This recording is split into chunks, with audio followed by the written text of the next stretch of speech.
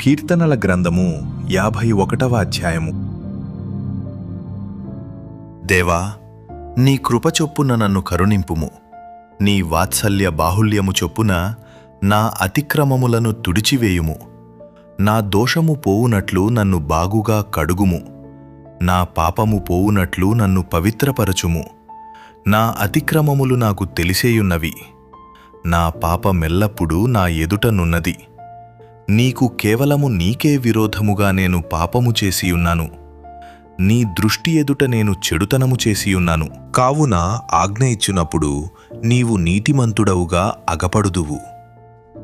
తీర్పు తీర్చునప్పుడు నిర్మలుడవుగా అగపడుదువు. నేను పాపములో పుట్టినవాడను. పాపములోనే నా తల్లి నన్ను గర్భమున ధరించెను. నీవు అంతరంగములో సత్యము కోరుచున్నావు. ఆంతర్యమున నాకు జ్ఞానము తెలియజేయుదువు. నేను పవిత్రుడనగునట్లు హిస్సోపుతో నా పాపము పరిహరింపుము. హిమము కంటెను నేను తెల్లగా నుండునట్లు నీవు నన్ను కడుగుము. ఉత్సాహ సంతోషములు నాకు వినిపింపుము. అప్పుడు నీవు విరిచిన ఎముకలు హర్షించును. నా పాపములకు విముఖుడవు కమ్ము. నా దోషములన్నిటినీ తుడిచివేయుము. దేవా, నాయందు శుద్ధ హృదయము కలుగచేయుము. నా అంతరంగములో స్థిరమైన మనస్సును నూతనముగా పుట్టించుము. నీ సన్నిధిలో నుండి నన్ను త్రోసివేయకుము. నీ పరిశుద్ధాత్మను నా యొద్ద నుండి తీసివేయకుము. నీ రక్షణానందము నాకు మరల పుట్టించుము. సమ్మతిగల మనస్సు కలుగజేసి నన్ను దృఢపరచుము. అప్పుడు అతిక్రమము చేయువారికి నీ త్రోవలను బోధించెదను. పాపులును నీ తట్టు తిరుగుదురు. దేవా, నా రక్షణకర్తయగు దేవా, రక్తాపరాధము నుండి నన్ను విడిపింపుము.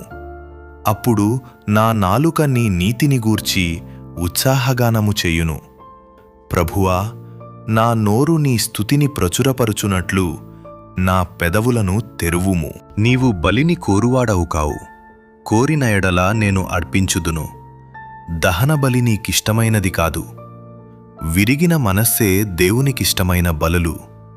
దేవా, విరిగి నలిగిన హృదయమును నీవు అలక్ష్యము చేయవు.